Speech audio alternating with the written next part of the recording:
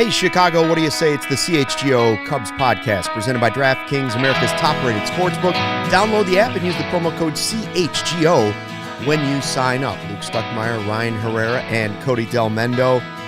It's the show about nothing. It used to be Seinfeld. Now it's the CHGO Cubs podcast. Listen, that was maybe the greatest show of all time. We're just taking over their theme. Nothing's happened. We keep talking about that nothing's happened. And as Shane says in the chat, welcome to everybody in the chat, by the way. I can't say I've ever watched Seinfeld before, so I don't really know that I've ever. I get what you're saying. You've never watched Seinfeld before? Never watched Seinfeld. I can't be part of this podcast anymore. To say that out loud on the podcast, it's the greatest show ever made, the funniest show ever made. Well, the gist of it was that Jerry and George, the show is really about nothing. You know, there is no great theme to it. It's just friends. And then Jerry and George comes up with the idea of pitching to NBC, a show about nothing. And so they actually pitched their own show, which they're doing, to NBC, and NBC's like, I love it. It's meta. It's like Inception. Yeah, it's a show about nothing. Anyways, the Cubs have been doing maybe nothing one day. still. Maybe one day. We are still waiting. We could implement more Office things in here. Yeah. Office is a good show, too. Office is not as good as Seinfeld, but it's a great comedy. You're saying that to two millennials right here. Yeah, but I love The Office. No, I know, but like me and Ryan after grew Michael up with Scott, The it shouldn't have existed, though. Fair. It had more bad seasons than Seinfeld. 8 and 9 probably should have. They should have stopped. They should have ended. James after Spader Steve shouldn't have been Carell part of it. Yeah. Seinfeld's better than The Office. I'm with you, Luke. Maybe I'll get around to watching it someday. It is on Netflix now. Yeah. Mike Dubs, come on, Ryan. Media Rule 101. Fake it until you make it. I don't lie. These guys go FAX facts. I'm FACTS facts. Jed is a real Newman. Newman is the mail carrier. Hello, Newman. So are the Cubs going to get – the Cubs – I said this could have been the title of the show. The Cubs are still going to get Correa or Swanson. Are we DeLuzio? Because their big move of the day was signing free agent outfielder Ben DeLuzio to a minor league deal as revenge for the Cardinals signing Wilson Contreras. They have now signed a former Cardinal speedy outfielder to a minor league deal. So they're not doing nothing. They're still out there making moves. I don't know enough about DeLuzio. I know he's supposed to be fast and he's supposed to be good defensively. So he's probably minor league depth. Oh, he's like, who was your favorite guy that used to be? Terrence Gore? No, I covered him. Tony Campana? He's Tony Campana. Hey. He could be Tony Campana's a nice dude. I was DMing with him. He said he'd come on the podcast like a couple weeks ago. Tony Campana. Someone tweeted a picture. He lives in of Tony Tennessee Campana now. He lives in Tennessee. He lives in Tennessee now with his wife and couple kids. Big Ohio State fan, but goes to Tennessee Volunteers games all the time. That knocks him down a peg for me. And people thought they were going to come to this podcast today and there'd be nothing new to talk about. You just found out that Campana lives in Tennessee. His dad went to Eastern Illinois University, played football there. Legend. I interviewed his dad on his first day at Wrigley Field. Pretty sure that was Campana, yeah. Campana? Yeah. Also Sean Marshall. I remember when Sean Marshall came up. It was like his whole family was there. They were all fired up. Before we get into what we're going to get into, I wanted to so Matthew Gregory asked this question. I actually got it on Twitter yesterday too. Thoughts on a potential move for Syndergaard? So adding Noah Syndergaard, he's still on the market. Yeah. You know, he's a guy who used to be felt like one of the most dominant pitchers in baseball. Has injuries have taken their toll on him. I haven't forgot 2015. Yeah, injuries and age have taken their toll on him. So I'm curious what you guys think. Well, he's on the list of guys I mentioned yesterday when I was like, okay, this is who's left, right? Yeah. Rodon is still left. Doesn't sound likely to the Cubs, at least. No. You haven't heard that mentioned at all. The next name I said was Bassett. 40 minutes after we taped the podcast, Bassett was gone on a deal. What was his? I actually wrote it down here. Bassett, 34 years old, 3 years, $63 million. A former White Sox 16th rounder who was traded with Jeff Samardzija to the A's. So, but he had a lot of injuries early in his career, and he was a late bloomer. So the rumor was that Bassett had been asking for like 5 years. And so the Cubs weren't interested in giving a 34-year-old a 5-year deal. But then when I see him get a deal 3 for $63, I see. Sounds like it's right up the Cubs' alley, right? It sounds like that. Right, like a lot of money, but it's just for 3 years. He's not even going to be 40 when he's done. And if you're looking for quality pitching depth, this is a guy who hasn't had an ERA touching 4 in like the last 4 seasons. And in fact, some of them have been way better than that, like 3, like low 3s, really good ERAs. So, as far as Syndergaard, Syndergaard is still a name I'd be interested in adding depth. Again, it's not going to. If you don't get a shortstop, it's not going to excite me that you added Syndergaard and Tyone, but both guys would certainly make the rotation stronger. Definitely have more depth. They'd probably replace Smiley and Miley. Yeah. Well, realistically. And this just a small point. We sit here and talk about how great pitching infrastructure is in Tommy Hotovy. Who knows? If they did sign him, maybe they could really – I wouldn't say they'd bring the velocity back, but they might help him become a better pitcher, which – and what you know what I mean by that, right? Like, yeah, and he is a different pitcher than he was, right? He's not the straight gas anymore. When they faced him in 2015 in LCS, like the guy was just throwing gas. Oh, man. You know what I mean? Like, he can't do that anymore. So, I mean, and especially with the injuries that he's had. But, yeah, he was solid innings eater, depth guy for the Angels and Phillies last year. I mean, again, it doesn't move the needle, doesn't, like, change much. Well, the way I look at it is, just in the conversations that I've had, the Cubs are more interested in those short-term deals, right? With guys. So obviously Syndergaard may end up being like a 1 year prove yourself kind of guy. He had a good year this year, in solid, good-ish range. So that may be another year where he signs a 1 year contract, kind of prove himself, tries to lock down a little longer-term contract next offseason. But I know the Cubs are probably at this point more interested in those shorter term deals. They're not going out and signing guys that are going to compete for a rotation spot. Like if they're going to sign another starter, it's probably going to be for a guy who they know is going to be in the rotation, is going to bump someone else either to a swingman role or a guy maybe like Javier Assad back down to the option down to the minors kind of thing. That could be where Syndergaard fits in. You mentioned Rodon. I mean, I feel like at the right price, or if they kick that tire, and this, like there's still a possibility that could happen. As slim as that chance is, because he is such a dominant pitcher at the last couple of years, he's kind of proved himself as an ace. They need it. They have the money for it, and at the right price, I could see that still possibly happening. But I mean, I'm kind of with you. Where it doesn't feel like it is. Like we'd have heard more. Don't you think he's likely Giants or Yankees? Somebody's going to give him way more money than he's worth. We'd have heard more about Cubs' interest in Rodon at this point versus what we kind of speculated to begin the offseason or even during the season. But going back to Syndergaard, like for what the Cubs are looking for as they kind of maneuver the rest of this offseason and as far as the starting pitching market goes, maybe that's a guy they look at because he's a short-term deal. He's probably not going to cost them a whole lot. But, again, they have to feel like, okay, this guy's going to be in our rotation, which means we're bumping someone out of it. Either bullpen, like swingman role kind of thing, or, going to sit in the minors, pitch there while to be depth for us, and then when he's ready to, when we need a guy to come up, he can come up for us and pitch. Like, that's how the Cubs have to be looking at it right now. Smiley, Miley, Uvalde, Syndergaard. Johnny Cueto. Who else is still out there that's shorter term? See, Bassett surprised me that he was only 3 years. Yeah. But again, if you do Rich those, Hill. This is kind of Rich Hill. Yeah, Corey Rich Hill for Kluber. another year, bring him back. Zach Davies Johnny is still out Cueto there. too. Oh, God. Yeah, Johnny. Don't even I heard him say talking that. about Johnny Cueto on the radio. Johnny Cueto is sitting with his agent, knowing that eventually this market's going to shake out, and then he'll be sitting there and he can say, well, look what I did for the White Sox. Why wouldn't you add me as depth? And some team's going to give him a 1 year deal, and he'll make more money, and he may or may not reproduce what he did for the Sox last year. Frankly, he does sort of make sense for the Cubs if they're doing this sort of route. I see Niren is saying earlier in the chat, remember, Niren's the guy that built us the Google sheet for free agency so we could all be fake GMs, and his list of guys are not going to, Smiley, Waka, Kluber, he's saying, his list of guys are not going to thrill you, like Narvaez, go get Conforto, trade for a third baseman, and then add one of these mid-tier pitchers on a short-term deal. The problem, I don't have a problem with that being part of the plan.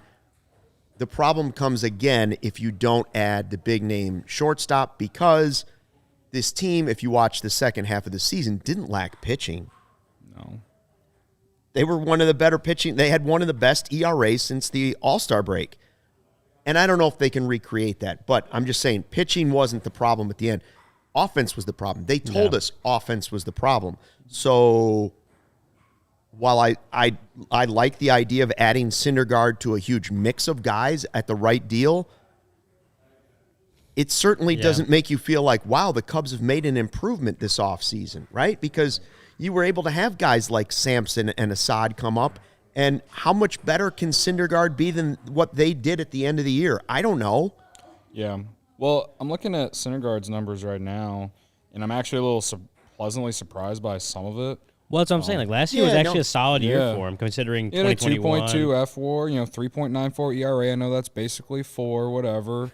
And his K per 9 is down compared to like his prime years where he was up to 9 or 10. Like I get it, but 134 innings. He started 24 games. He's gonna only be 30 next season. You know what I mean? Like it's not like he's 37. But again, you know what the problem is, Cody? Like if he's just signing 1-year deals. I don't think he wants to sign a 1-year deal. Let's say he wants to sign a 2 or 3 year deal. That's what I think he wants to do. Like he wants a Bassett type deal. Yeah. Let's say he wants that and play the hypothetical.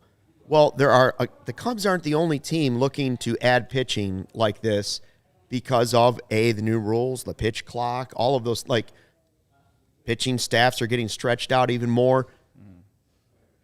Again, until you acquire a guy like Correa at shortstop, why are free agents for 3 years going to be like, yep, let me go be part of the end of the Cubs rebuild? Like, they still want to win. If the money's equal, players still want to win. So then they end up going to a team like the Giants. Right. No, I'm with you. I'm saying Syndergaard would be a fine piece if they did add Swanson or Correa. And a lot of those guys on that list I feel like would be fine if you sign Swanson or Correa. They don't really make a lot of sense if you don't sign either of those two.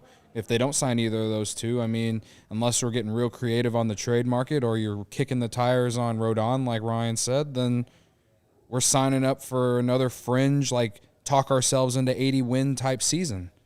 That's just the fact of the matter. And, like, I hate it. I shouldn't have to sit here and say it, but it is the fact of the matter. And well, Luke, for the love of God, please don't put me through that. Luke, you mentioned the second half, and the pitching was, like you said, really good. The offense was kind of like that throughout the year, where it's like a lot of one-run games, a lot of randomness that ended up not working in the Cubs' favor. Mm-hmm. And one of the things that Jed said at his end-of-season presser, back in October, was that they wanted to limit the randomness in potential Cubs outcomes. Like they wanted to sign players that, he mentioned the good teams blow people out. That's right. There's no randomness in that because when you're up 5 runs late in the game, you really have to implode as a bullpen to lose that game versus being up a run or 2. Like that, those are different situations. He said he wanted to sign the players and build a roster that could blow people out, that can eliminate that kind of randomness. And as of now, the only thing they've done to address that is sign a Cody Bellinger, who was a below-average hitter last year and the year before. And lose Wilson Contreras. So currently, they are obviously not as good offensively as they were last year. Currently, they're a net negative offensively. Now, the guy like Carlos Correa doesn't automatically make this an above-average offensive team, but the things that he could do to address the lineup just haven't been done yet. I say yet because there's still a possibility it could happen, but they haven't been done in general because the only offensive player they've signed is Cody Bellinger, and I guess now Ben DeLuzio. It's minor league contract, right? So it kind of makes me feel like where it kind of, when I forgot which year it was, back when Theo talked about the offense being broken, and then I think it was 18 offseason, right after 18. It's the year that they traded Darvish. It was the offseason they traded Darvish. No, that was 20. That was after 20 when they traded Darvish. What was the offseason, the offense 18 then? Was that 20 after 2018. Yeah, 18, right? he said the Yeah. offense was broken. Yeah, but then they that's never what Theo did. said. They didn't do anything to address it. Right, yeah. They signed Daniel Descalso. Yeah, and so at this point, it's like it's starting to feel the same kind of ways. Like Jed said that he wanted to, kind of eliminate this kind of randomness.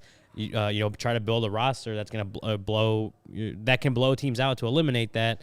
And granted, the lineup and the roster is in a different place now than it was in 2018 when they could have done something to fix that.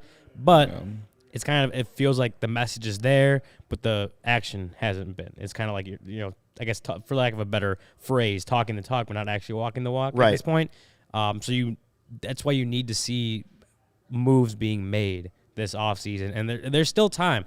Like they go out and get Carlos Correa. Omar Narvaez, we know, can be a solid offensive catcher. Like there's pieces they can go out and get that would actually improve this lineup and can potentially help eliminate some of that randomness that we saw so often, this last year. You talk about Cole Wright pretty much every game telling you the Cubs record in one-run games, right? That's the randomness that can be eliminated if they go out and sign some of these guys.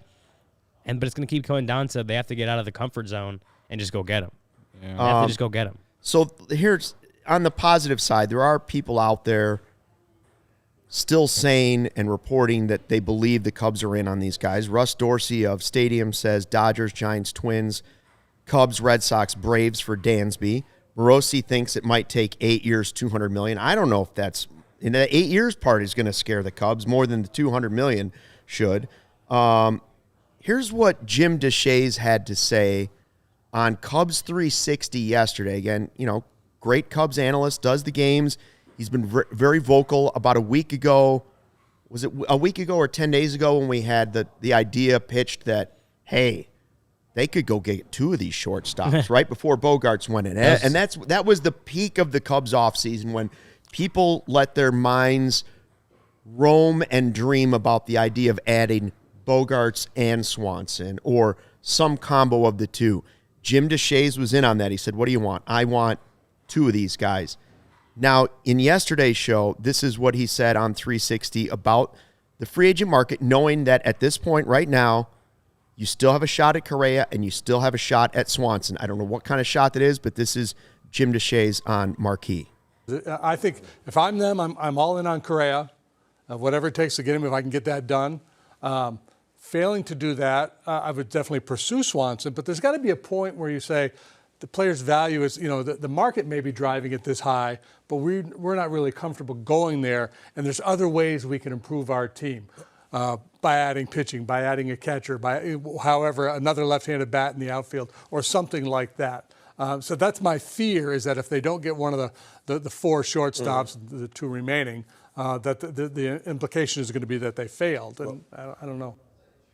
He just kind of at the end tails off and says, I don't know. Like, I don't know if I want to admit that or I don't know if that's right. I don't want to put words in his mouth. Mm-hmm. I know what a lot of people think if they don't get one of those shortstops because, again, if you're waiting for the shortstop market to play out and all these other guys are coming off the board that could be fillers for those roles, the Bassetts of the world, whoever you're talking about, that's a slippery slope. You're going to have to pay more than other people to get one of these 2 guys. And so I do like seeing that people still – Jim Bowden still thinks Cubs are in on it with the Twins for Correa, okay? And Vegas, 250 plus 250 favorites to get Correa.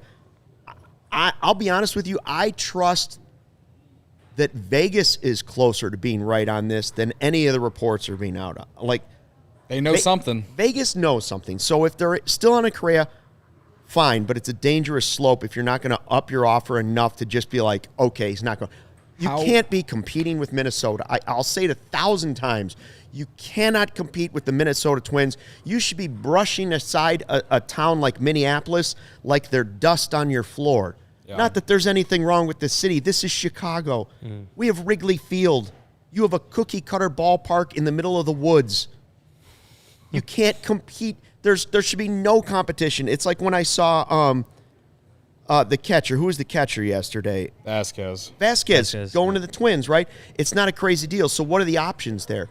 Were the Cubs outspent by the Twins? We know they were at least interested in him. So if he decided to go to the Twins, were they outspent in years or money? Or did he decide that the Twins, there's no way he decided I want to play for the Twins over the Cubs, unless he was like, the Twins are closer to a playoff team and I don't know how you could think this, the World Series than the Cubs. Like the Twins aren't going to the World Series. So it had to be the money was a better offer. You can't get outspent by the Twins. You what? They're talking about trading their top prospect, Luis Arraez, for pitching. Right. Yeah. So that's what I'm saying. Like He was you the can't batting be champ. outspent by the Twins, and you certainly can't be outbid by the Twins. Of all the teams, you can't let the Twins get Correa. Yeah. Yeah. No, I think that I don't know Vasquez maybe a little different situation because of the 3-year contract. And it kind of it's the same thing with the Abreu. Like I know the Cubs had been on Abreu. We knew that the whole time that they were interested. They were in at various points, but when it came down to that third year for Abreu, it kind of I believe a lot of teams kind of shied away from that one. And maybe when it comes to the Cubs specifically for Vasquez, it's like that third year. The Cubs want Christian Vasquez to be one of their catchers for 3 years? Probably hope Amaya's ready. Yeah, they're probably hoping at some point Amaya's ready. Maybe Moises Ballesteros is ready in the next couple of years and ready to take over catching. But then depth, trade the guy after 2 years. That's the way I look at it. that's the way Yan Gomes has one more year anyway, so Yeah. you can move on from Yan Gomes after next year, and you have 2 more years of ag. Yeah. But it does But look I- more it- and more like Higgins and Gomes at catcher. It's just No, me they're- trying to rationalize it some way. If it is Gomes and Higgins next year, then I will get angry about the Contreras going to St. Louis thing. Was adding Narvaez, like what's the last option? Adding Narvaez would be Narvaez? the next Narvaez. option. Well, because if Christian Vasquez is off the board, obviously we talked about Sean Murphy yesterday on the show, also off the board. Trading with the Blue Jays? trading to the Braves. And I tweeted this That's yesterday another too. possibility. Wasn't there a report that Miguel Amaya was going to play in the WBC? Wasn't there something? He's been a name. Yes, there is something like his Something's been name, thrown or he out put there, his yeah. name on the list to play, but it doesn't guarantee that he's ready to Right. play. But he, and I'm not trying to say that he is, but I'm saying he that said he if- would play. I don't know if that means he's healthy If he enough to play. actually can play, then perhaps maybe that gives me some confidence that we could see him earlier than what anyone thinks. I don't know though, but still, you're relying on an injury-prone prospect. He's 23 and has a lot of promise if he can stay on the field, but you're letting Contreras go for nothing hurts more than him going to the Cardinals to me. Especially if you don't at least pick up a defensive-minded catcher, which is the whole reason you let Contreras go to begin with. So now they have to get Narvaez or someone. I don't know who after Narvaez off the top of my head, but you got to get someone, or else it's just incompetency. That's why Cubs Twitter was in shambles yesterday when Vasquez signed with the Twins, because it's we're letting Contreras walk, and we don't right now. You can't go with Yan Gomes as your starting catcher next year for 162, No. dude. You got to get another one, and if Amaya comes up, then in the middle of the season, great. Again, Yan Gomes going into his last season, which means once he's gone, you can insert Amaya into that rotation. You know what I mean of catchers. So you mentioned Miguel Amaya in the World Baseball Classic. This is an article at Marquee Sports Network. Andy Martinez, Jared, paraphrasing, of course, Jared Banner said Miguel Amaya should be ready to go for spring training. Could be playing competitive games in March. And then, at the World Baseball Classic, they had all the managers and front office people, quote unquote, for different countries in the World Baseball Classic. They had a little media availability thing. Panama manager Luis Ortiz said Amaya is on their 50-man preliminary list and under consideration for the final roster, pending a green light for the Cubs. So it could be that the Cubs decide that, hey, Miguel Amaya hasn't really been healthy. He just had that Lisfranc fracture that kept him out of the Arizona Fall League. So they could decide that they just don't want him to go play there. As much as the Cubs have been open to letting players, obviously when they want to represent their country, that doesn't it only happens every 4 years. So it doesn't happen a lot. That's a big honor to be able to do that. But it may be a different situation with Amaya just because he hasn't really been healthy in a while. It hasn't really thrown in a game. I don't think he caught at all last year. No, So they might want him to get some playing time. That just like some. But it may games, but they also maybe like they just want him to just start getting ready with them in spring training where they can monitor him versus sending him off. They're not really sending him off anywhere, but going to the World Baseball Classic, playing competitive games right away. That'd be my route. But my whole point is all that is to say that Miguel Amaya, you don't really know what you're going to get from him next year. So it's definitely not smart to bank on him being ready to go at all in 2023 until he can kind of show you he can stay healthy, he can come up, his arm's fine, he catches fine, he hits fine, like all that. He has to prove a lot to even have a chance to come up next season. So I'm with you in that they do need to shore up catching in some fashion. Yan Gomes and PJ Higgins, like they were good for the Cubs this past season, but that also because it's also because they had Wilson. They don't have Wilson anymore, and it's tough to count on those two as your starting catchers in some rotation for 162 games. Like it's not going to be irresponsible to Paul Bacco's not walking through that cornfield. Coy Hill's not walking. Damon through. Berry Hill's not walking through Henry that Blanco, cornfield. he's still a coach. That's right. He's still in the organization. Right? Hank White's not walking through that door. I see Michael a lot of Barrett's people, not walking through that door. A lot of people in the chat talking about Tucker Barnhart. Hard pass. I do not want Tucker Barnhart either. Well, I saw now that Gary Sanchez would now potentially be available because they have a catcher. And beggars it's like can't be choosers, Kevin. Gary Sanchez had maybe close to 20 home runs last year. He's not the home run hitter he was, but I don't know if he's. Again, they are trying to add offense, but is he good enough defensively for what they've decided they want? I wouldn't think he'd be a target on their list. He doesn't seem like he fits the mold of guys they're looking for. Yeah. I think if they add another catcher, it's going to be a totally defensive-minded catcher. And Narvaez makes a lot of sense. That's fine, but then you better find your offense to replace Contreras and beyond in other places. Yeah, well, Tucker Barnhart has not been ever as far as WRC plus goes, he has not been above 90 in WRC plus. So he's definitely not a good hitter. Like, he doesn't bring on offensive value from behind the plate. He has had multiple solid, positive defensive rating type seasons, in the last few years, but it's not. It's like you've kind of said all along. It's like trades that move, or signings that move the needle. That's not one. It maybe it just gives you another body behind the plate, but I don't know that it'll help the defensive side. But is it going to really help the team overall all that much, considering how much you're losing offensively? I don't know. Would Miggy play one more year?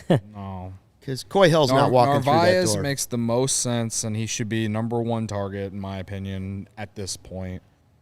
It's already bad enough the Brewers got Wilson's brother. Now we got to deal with both of them. If they don't get Narvaez, so I can at least say, we got a former Brewer catcher. Yeah. That could perhaps get back to what he used to be, and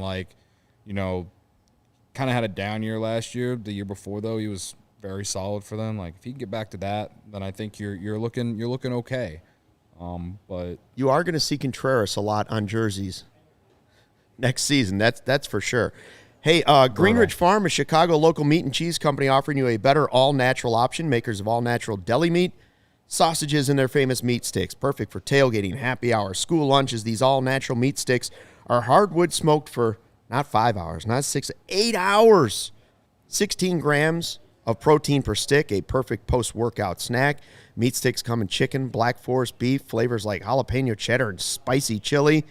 Sounds good for the wintertime. If you haven't tried them yet, you don't know what you're missing. Delicious because they're made from recipes generations in the making, and being all natural, they deliver a fresh, flavorful alternative at snack time.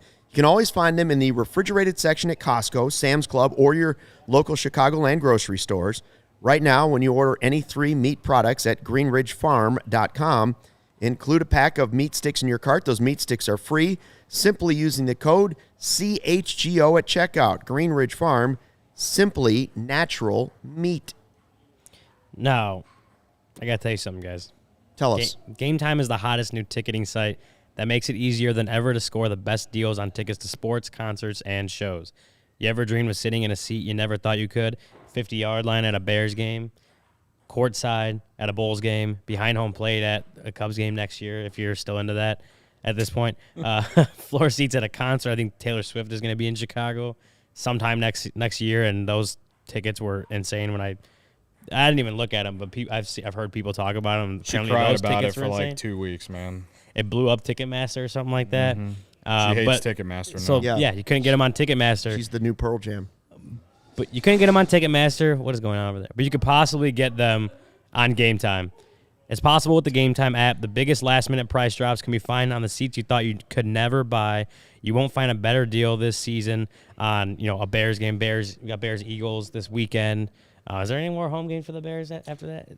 I know they're on the road next week. Well, they have one in January. We're starting to get off the rails. Do here. they play in January? They have a game in January. They got the Vikings on the 8th. You get the Vikings. There you go. There you go. Get the season or over with. Bulls host the Knicks on Friday. If you're into that kind of stuff, you're into basketball. Come you won't to find the- a better come to deal the this takeover, season. dude. It's Game Time is created by the fans for the fans. It guarantees the lowest price. If you love CHGO, then you'll love Game Time. The best way to support us is by buying your tickets through the link in the description. Join over 15 million people who have downloaded the Game Time app and score the best seats to all your favorite events. Game Time is dope, man. I'm going to still talk about it. That one Bears, that was at week 3, I think, Bears-Texans. I went to that one after our tailgate, and the walk-off field goal. It was awesome, man. It was great weather, great times. I still, Back when the Bears had dreams. yeah, right. I'd still say the Bears. I'd rather watch football on television. But if I ever want to go to a Bears game again, I know Game Time's there. He's got my back. Yeah, he's used it for At least college someone has football. your back around here. The Cubs do not have my back. Oh. Cody's sinking into a dark I was place. just sad. Here. I'm done being angry. I'm just disappointed, man. Like, they let all You're these not guys. done being angry. Well, that's true. But today I'm done. Like, I'm not going to yell today because, like, first off, someone told me I need to take a Xanax yesterday. And second off, like, I know not everyone wants to hear me yell every single day. Those are supposed to be sacred moments on this show. So I have entered the I'm just disappointed mode. Like, you let Vasquez fall to the Twins for 3 years, $30 million. You let Bassett go for on a really nice deal. Ross Stripling signs today, 2 years, whatever the fuck it is. These aren't moves that really like move the needle, but they're like, you can't sign Correa or Swanson and then do nothing else. Like these, like we've talked about it at ends about how this team has holes and they have the money to fix those holes, and they're not doing it, man. And I swear to God, if we go into spring training and Cody Bellinger and Jameson Taillon are your big moves, I'm going to be extremely pessimistic, and I hate being pessimistic, man. I can't do it. I can't do it. You're becoming more and more like Michael Collado by the day. The Cubs are turning you into Michael Collado. My gut still tells me they get one of the shortstops. Me too. That they're going I to think go to so. an uncomfortable place. They'll finally decide, you know what, we have to give more years than we want, more money. We have to do intelligent spending, but we have to do one of these guys. Yeah.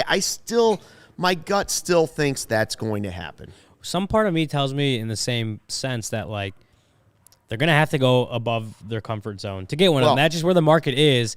And if they're going to go above their comfort zone at all anyway, there's really at that point no pricing that's going to really make it where they're like, okay, we definitely can't do this. Like, if they're going out of their comfort zone to get a Carlos Correa, and then even past that is like, oh, we need another $20 million a year for him. Well, then it's like, at that point, you're still a Chicago Cubs. Like, you could do it. I'm surprised they shot their shot with John Lester even pitching to Bogarts, and that didn't happen. So that gives me a little bit of pause. Like, they obviously used everything they had to try and get Bogarts to take a certain deal.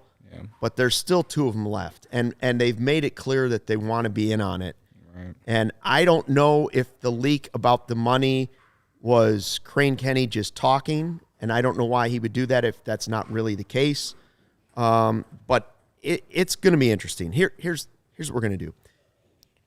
We're all going to feel better about the free agency thing when it finally happens. But until that happens, you can always find something on Twitter, whether it's crazy, absurd, funny.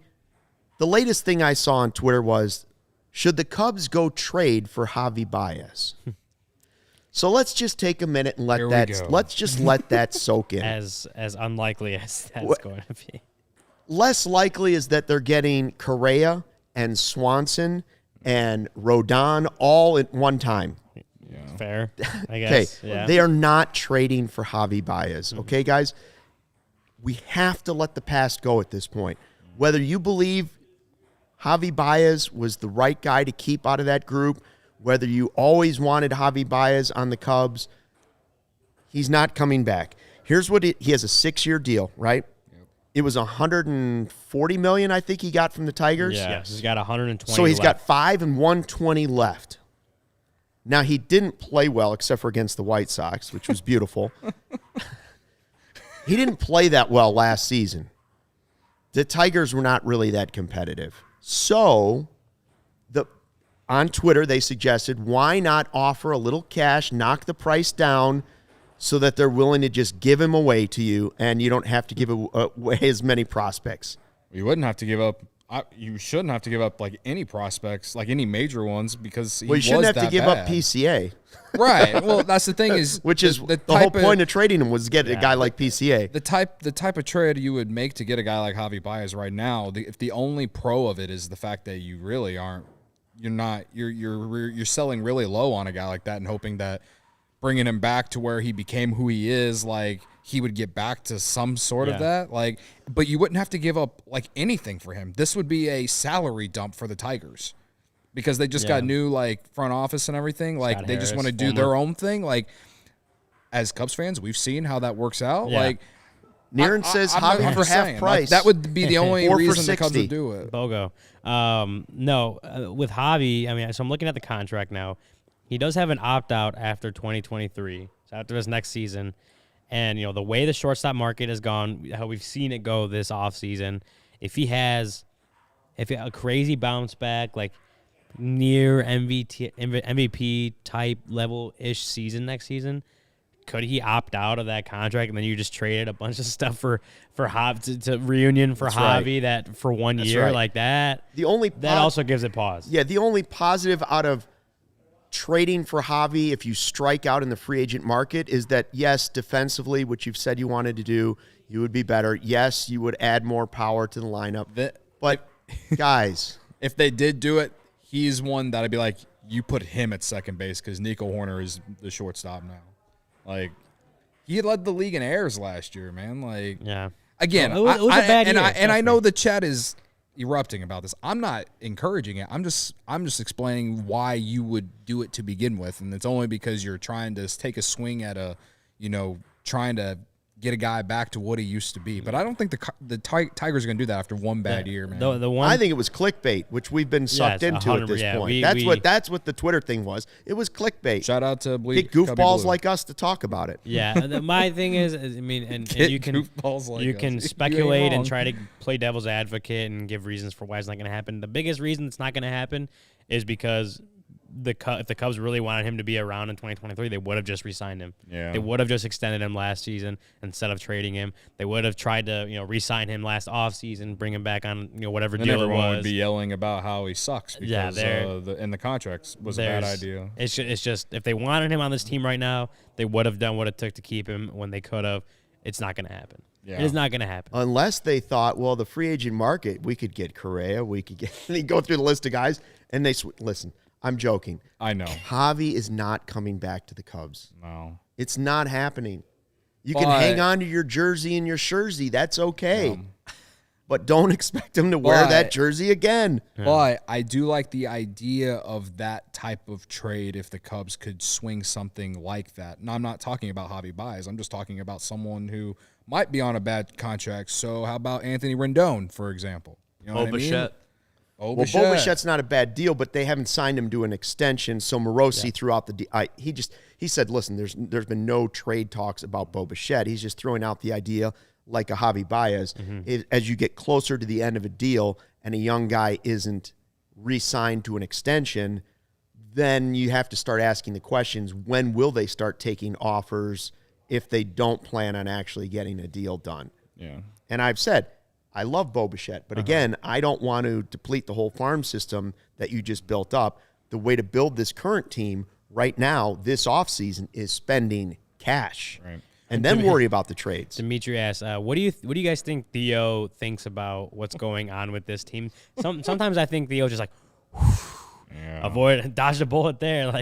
Like Theo left at right at the time and has kind of left Jed with all these decisions to make.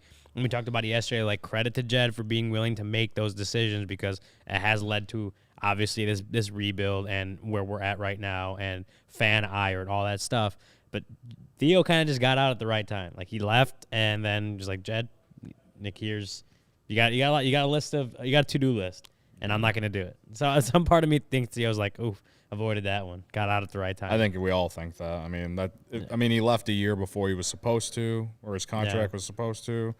And at the end of the day, I think he just didn't want to make the tough decisions.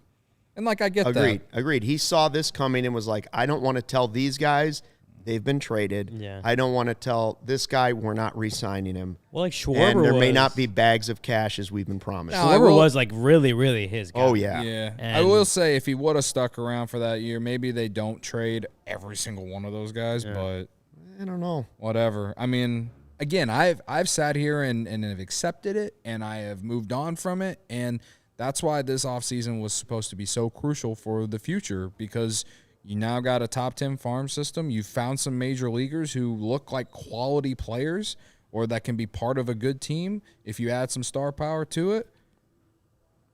So Jed's got to do his part, man. Like, that's why I'm freaking angry. Christian and Galvin say Theo created this mess, and I would just say some of that may be true. Keep in mind, while it's really easy to pick on Theo and Jed at the moment, they're also the guys that ended a 108-year drought, and 100% they did it. Like, they may have done it, and it didn't work out in the end because guys didn't continue to develop. Farms, they've made mistakes. Ownership Obviously stopped letting them spend money. Obviously mistakes were made, but don't forget and never forget what they did bring. Like, that does last forever. That does buy you a lot of time. I understand that. It doesn't mean it shouldn't continue to improve with Jed, but I mean, I'm not gonna sit here today and said, well, what a disaster Theo was. He probably should have a statue outside Wrigley Field at some point. Probably will get one. Perfectly honest. He probably will get one. And if they do, maybe I would buy that little miniature statue at FOCO if they have it one day. Chicago, you've already got the best coverage for your favorite teams, so get fitted out in the best sports gear around. FOCO has you covered from Soldier Field to the living room, north side, south side, hoodies, slippers, signs, bobbleheads, and everything in between. You can get decked out like DeMar with apparel from the leader in sports merch and collectibles, FOCO. Looking for the perfect holiday gift for your football fan in your life? FOCO's got you covered with hoodies to fight that Lake Michigan breeze.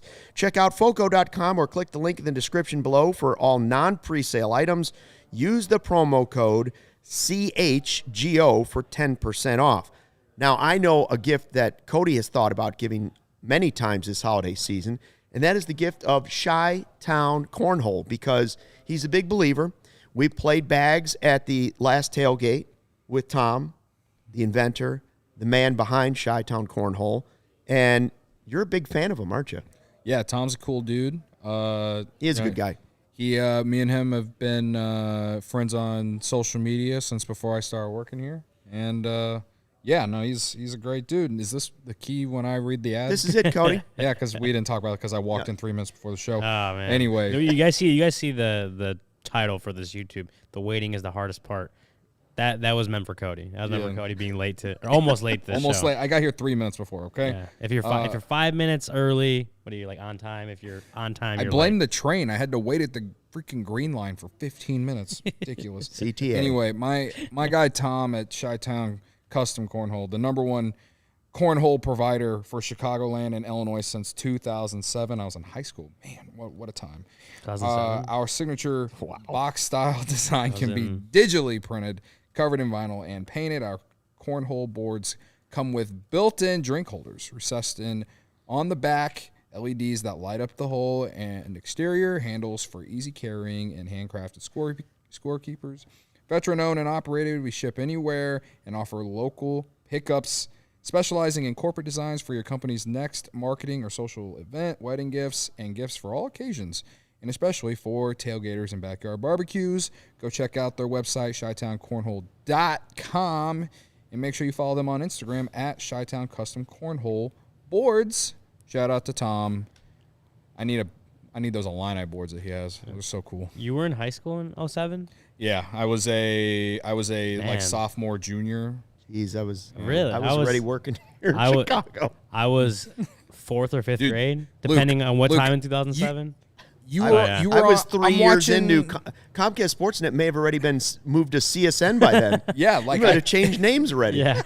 I mean, I remember watching you on TV when I was in high school. I think sports. I'm just saying. Sports Rise. Welcome to Sports Rise. No, I want to say, I think Sports Day was still on the air. Sports Day was noon. Yeah. That was the noon to 1 o'clock show. There'd be some times where I'd be like home for lunch because I didn't live that far from elementary school. I'd turn on Sports Day. Monday Sports Day. Oh, man. McDonald's Sports Rise. Long time ago. Oh, yeah. McDonald's Sports Rise was a little bit later on. By the way, Michael Collada has joined the chat, and he says, for those of you new to the chat, Ricketts is cheap. And he since then has tweeted 2 or 3 more times, Ricketts is cheap. Hey. It's still going. He's going on a bender. But Dimitri says, honestly, thank you guys for these talks. It's therapeutic, and my girlfriend, friends, and family don't want to hear me cry about the Cubs anymore. This is what we're here for. You should know how much I cry to my girlfriend about the Cubs. She gets tired of it. I mean, I'm with you. Like I come here to get paid to do this, but it's also therapeutic. This is a safe space, and if you're not a diehard yet, you should sign up because the Discord, the Cubs Discord specifically, that we're all in. You need to show me the Discord. We'll figure it out. But you can get in the Discord before Luke. The Discord there. I need to get in it. I don't know the whole login. It is full of angry Cubs hard, fans, and it's kind of funny to see. Like sometimes I'll not yesterday. Yeah. I wasn't on my phone for a little while. I was doing other stuff. It was wasn't angry? on social. Yeah, I came back and it was just like stream of messages that I missed. I just typed in like, "Hey, what'd I miss, guys?" Do you think on this Discord we could get like a background of flames that kind of scrolled through? Because I feel like unless they get Correa. Well, somebody will still be angry. If they sign Correa, people will still be. There'll still be a portion of the fan base people, especially when they see the contract. But Matthew again, Gregory, the Discord is becoming a dark place. Yeah, exactly. It's in shambles, like I tweeted yesterday. It's in shambles. But if you are not a diehard yet and you want to join the Discord, Kevin, can you pull up the CHGO diehard link real quick? I guess you can go on allchgo.com. There's a little drop down menu. You could find that. You find that the diehard link in there. You sign up, join. You get a bunch of different perks. Obviously, the Discord, the members lounge is one of them, and we have some fun in there.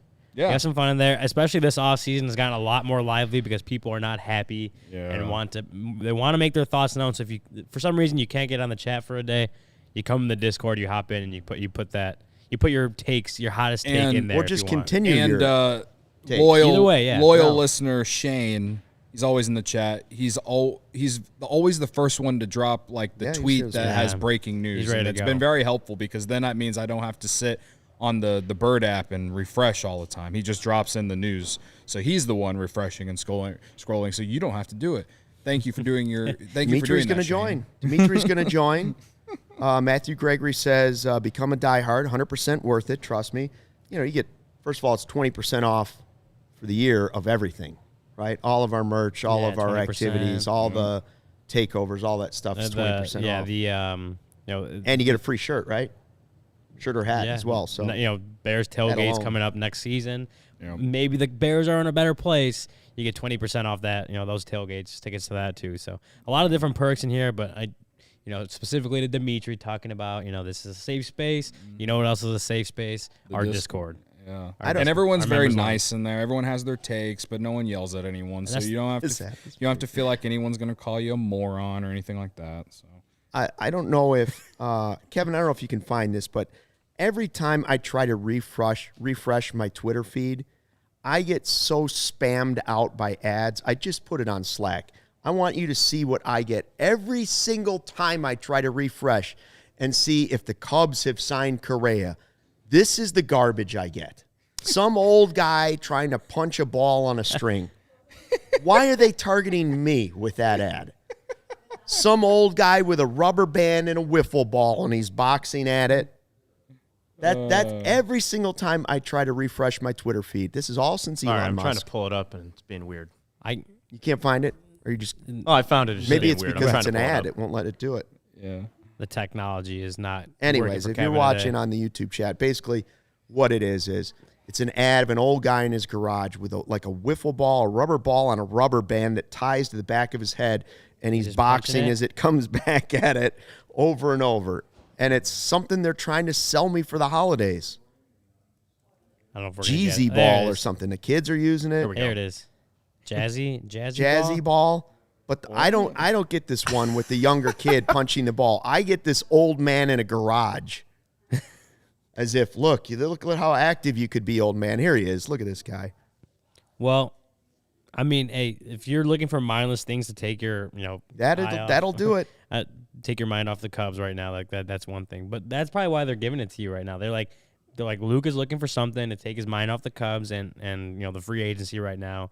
Let's get him this punching bag head ball thing. Right. That's gonna help him out. Galvin says he thought I would be getting repeated ads for hymns. Speaking of getting old, happy birthday, Fergie Jenkins. 80. Fergie's 80. What a way to transition to that. Let me tell you, we are lucky to still have Fergie and Billy Williams around. Yeah. Like that you can go see those guys and talk to those guys at Cubs convention. For Fergie's fans. always there. He's there. All you got to do is see his van with his stickers all over it when he shows up. Yeah. He's always in the one room signing a book or something like that, right? Yeah, he's always got books. I mean, Fergie's got books. The got Fergie books, Jenkins statue day. I think that was back in May. Like that was a little while ago now. Probably one of the Does more seem like a long one of the time more ago. He does look good for 80. Probably one of the best days of the year if you talk about the 2022 Cubs. Yeah, the bar wasn't very high, but it was really, really a really cool day. Getting to talk to Fergie, Chatham, somewhere in Canada. I think it's called Chatham is the town, but they're like there's a town crier there. They brought the Chatham town crier to Gallagher Way. They did all this really cool stuff for him, and obviously Fergie Jenkins. Arguably, honestly, not even, probably most likely is the greatest pitcher in Cubs history at this point. Because Maddox left. Yeah, just like what he did, plus a little bit more longevity than some of the other guys. Corey's mad about Lester not getting mentioned. But he that was a really cool day and definitely deserving of that statue. Maybe a little later than it should have come. Maybe it should have gone a little bit sooner, especially when guys like Ron Santo and Ernie Banks were still around. Maybe then would have been a good time to have done it. But he did get it in the end, deserved it. But 80 years old, man, like Fergie Jenkins has seen a lot in baseball. He's seen the evolution of this game. That's obviously a really just a really cool thing to be around. A really cool person to be around. Real cool person to talk to. And obviously, getting to 80 is a good thing. Yeah. Can you imagine what he'd be worth today as a pitcher? A guy that like every single time was going like 9 innings. A guy that would throw 200 without blinking. You know what I mean? Like a pitcher that durable, and not only that, a guy that struck out a lot of so he already had the strikeouts, he had the durability. What a player of his ability level would be worth today. If you straight up brought Fergie into just dropped him into 2022 going into 2023, I mean, considering how I'm afraid that managers would ruin him. Like they wouldn't. He couldn't be ruined. He was indestructible. But what I'm saying is they wouldn't let him go. Right. Even if he had the ability, they wouldn't let him go because they're so invested in the numbers and playing the matchups and third time through the order. We can't let that happen. My Fergie fear probably is that, punched the manager in the face if he tried to do that. Well, I asked him that once. I'm like, what would you do if you were playing on the Cubs right now and David Ross went out to take the ball from you? And he's like, well, I just give it to him. I'm like, okay, Fergie. I'm like, all right, if you say so. I'd like to think he would, but Bob Gibson would have punched the manager. Oh, definitely. I mean, sometimes I think Max Scherzer wants to punch the manager. Go ahead, sorry. But I was gonna say, there's no one like Fergie Jenkins in this game today. So I guess it would be interesting if you just took a guy with Fergie Jenkins' ability, the way he pitched, all that different stuff, pretty much Fergie Jenkins. Give him the technology of today and just put him in 2022, see what happened. That would be intriguing. That would be interesting to see because he was a guy that I mean, was it 30 complete games that one year? Like he was. I just hate when people nuts. say when you're trying to compare, you're compare different eras and be like, well, the game's different. That players weren't nearly as athletic back then. Yes, but you have to consider the fact that those guys were driven that way, and that if they were in today's era, they would be as athletic as those guys, and they would be able to do those things. So don't just discount somebody from another generation of baseball because you turn on the Sandberg game and you see Ryan Sandberg, and you're like, well, everybody in this game is a twig. Everybody's like, they don't look built. They're skinny. It's like, well, that's what the game was. And they were the best of the best at that time. So now take them and put them on the weight programs, and they're likely just as great or better. Right. Also, I've heard that, like, I forgot who talked about, I think it was like actually Tom Ricketts told this story at Fergie Day stuff about a former Harlem Globetrotter. The name is, I can't think of the name, but talking about how, like, Fergie Jenkins, if he played basketball, would have been like an all-NBA player every single year. Like you talk about athleticism, like Fergie Jenkins was that. He just decided to play baseball. With the Globetrotters. He just decided to play baseball. Like, unbelievable. That was it. Yeah. Matt and Matthew Gregory in the chat, he related to this. He said, if you could bring back one all-time Cub for today's roster, who would you pick? And I lean Sammy Sosa just because he's my favorite player ever. And this team needs nobody's power, testing. But yeah, no one's testing. I mean, well, they just, I guess Tatis Jr. fucked around and found out, but, other than that. If you could bring back one player in his prime, I mean, how would you not say Ernie Banks? Oh, yeah. Well, especially for the need for this roster right now, Ernie Banks. Cubs need a catcher, and Henry Blanco is. Ernie can play short or give me 2008 Giovanni Soto and just that version. Dog. Ernie could play short and first. Yeah. Played more games at first than he did at short. Which is crazy to think about. Yeah. Ron Santo, third base. Yeah. Could use a third baseman on this team right now. Yeah. That's fair.